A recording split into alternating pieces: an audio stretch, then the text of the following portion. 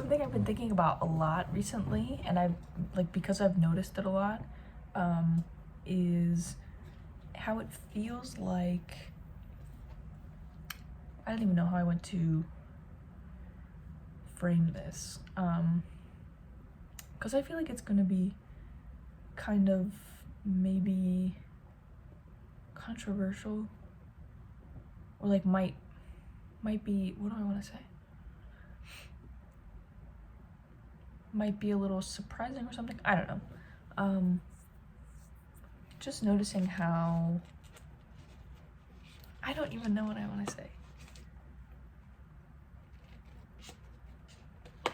Okay, let me just tell myself I don't have to post this if I don't want to. And I can just say whatever I want and then decide. So I've noticed that a lot of people are very, very strict with themselves about adhering to their idea of like a moral code. And I'm not saying that's a bad thing at all. But what I'm saying is that it seems like people are very militant about it in a way that I think can be severely limiting, because I don't know. I mean, I guess I don't want to, assume things about other people. So let's reel it back. I'm talking about my experience. I'm pretty sure I was kind of like that. I mean, pretty sure I was like that. And just having this very like almost neurotic, like, yeah, militant, like pressure on myself to always be like, was that the right thing to do? Was that a good, moral, upstanding thing to do? And I think, I don't know, maybe it was just like,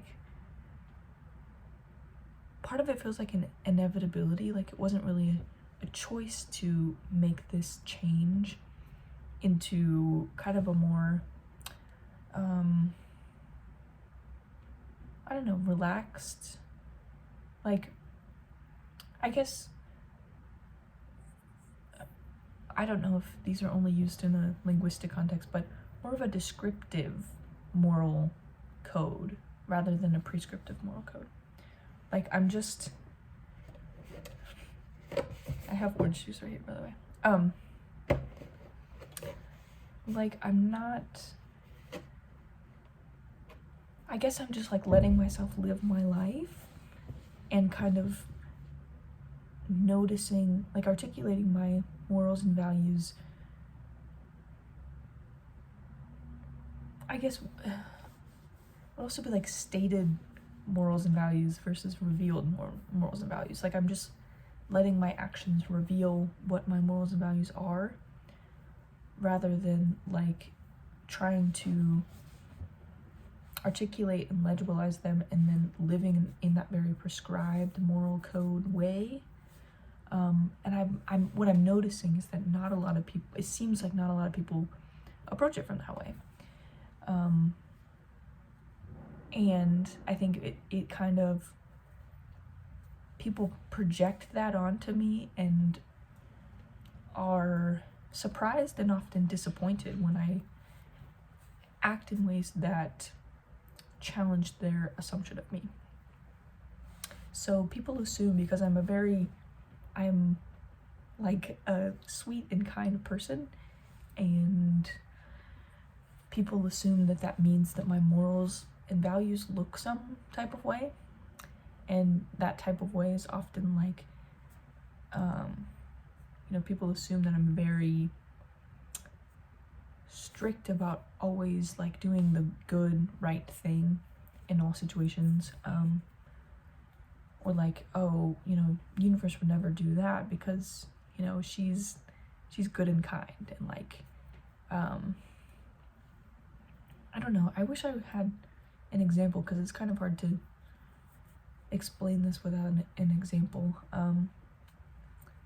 but oh, actually, here's an example. So one thing I tweeted the other day was like in quotations, do no harm, question mark, impossible, next.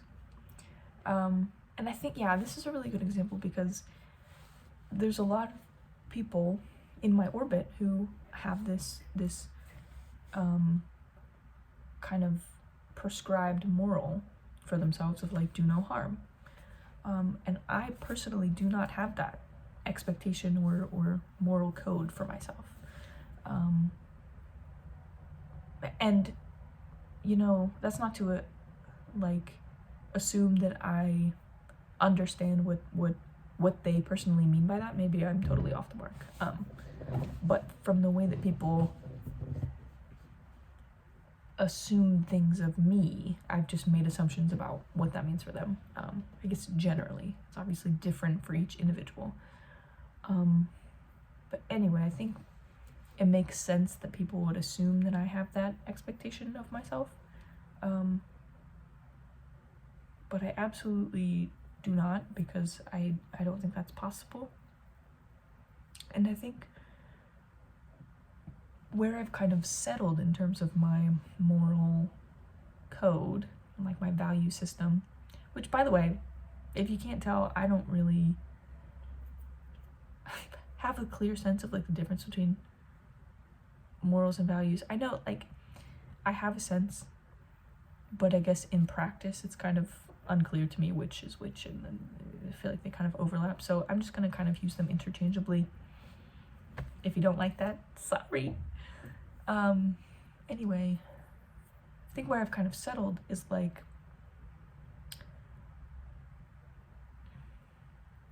it's important to me, what I value is, actually this is going to be kind of hard to explain because it's something that I haven't explained before.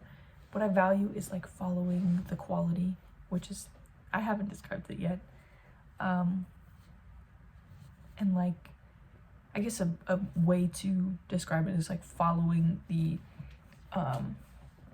what was it?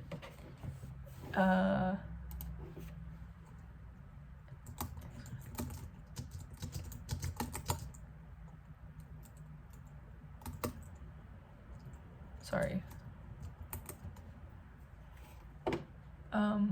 Inscrutable. Okay.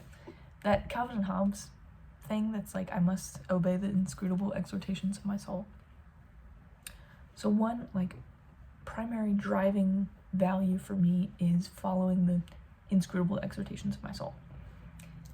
And that's the leading thing in my life. And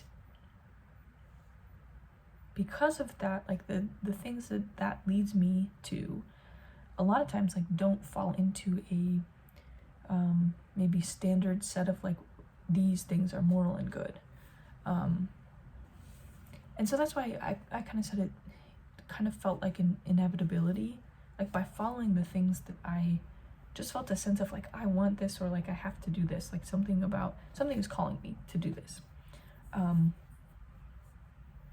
Like do that enough and you kind of have to like reckon with, okay, am I just a horrible person because some of these things like people would consider immoral,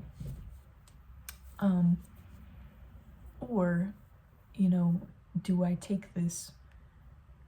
shed my prescriptive morals and kind of take a look and take stock of like what are my morals and values, and kind of construct this descriptive view of like, okay, here's what I have been doing and here's what it kind of means for my morals and values. So yeah, like one tweet that feels related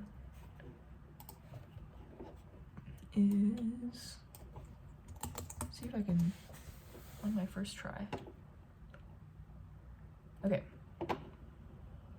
So one thing I tweeted was, I spend a lot of time wishing we could all get super funky with it without consequences. Why can't we accept that humans are weird little dudes with weird little desires? So for me, Like, why do we have to be super, like, almost puritanical about some things? Why can't we just accept that, like, humans do these things and let's just be fine with it? And one of those things is like harm. Like, again, I don't expect myself to do no harm, because I think hurting each other is something that it's just unavoidable. It's like there's no possible way that you can live your life without hurting other people. And so I think where my focus is not on preventing harm, it's on repairing harm, and like how do we repair? Excuse me. Like, if it's inevitable that I'm going to let people down, that I'm going to disappoint people, that I'm going to hurt their feelings, that I'm going to cause harm to, everybody in my life, then how can I build the skills to repair that relationship when it does happen? How can I deal with the harm that other people do to me? How do we continue to live if that's just something inevitable that we just have to accept about being human and living life? So that's what I've been thinking about recently. And I think it's just,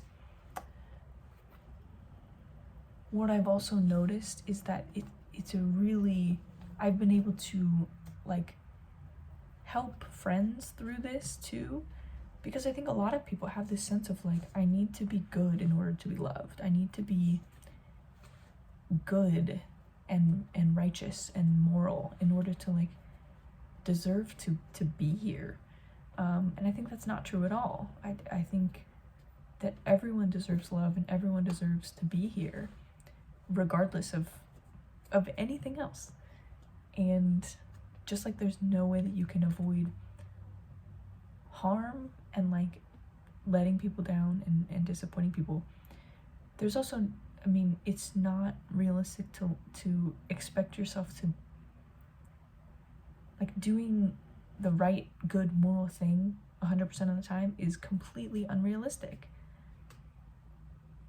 And that's fine if that's what you want to live up to and that's important to you, that's totally fine. But there's like being able to choose that willingly is very, very different from like inheriting this sense of I need to be good in order to earn something. I think that's a very different internal experience than choosing that for yourself and kind of having it as like a guiding like moral North Star in your life, which I think, when I tweeted about the do no harm thing, people kind of bristled at it, and it, were like, it's an ideal to strive to. And I have no problem with it. Anyone's allowed to do whatever they want, and that's their prerogative. But the reason, the thing that sticks out to me is that I have noticed a lot of people seeming to inherit this thing, and it is liberating for them to be accepted as themselves, as they are, and given permission to just be themselves and not have to contort themselves to fit into this idea of a moral code that may not even be theirs. It may just be this kind of thing that they've been kind of socialized into. It may not even match what if they did explore their own morals, maybe they wouldn't even agree with those, and maybe they would. But again, there's a something very different about feeling you should do something, and kind of feeling that sense of pressure and obligation, versus this is what I want to live up to. This is what I want to. This is how I want to live my life, and that's important to me. Yeah, so I think that's just been something really. It hasn't only liberated me, but it's also allowed me to like support my friends in a way that feels liberating to them too. And again, I think a lot of people don't expect it from me, because, you know, if you see someone who's a sweetheart,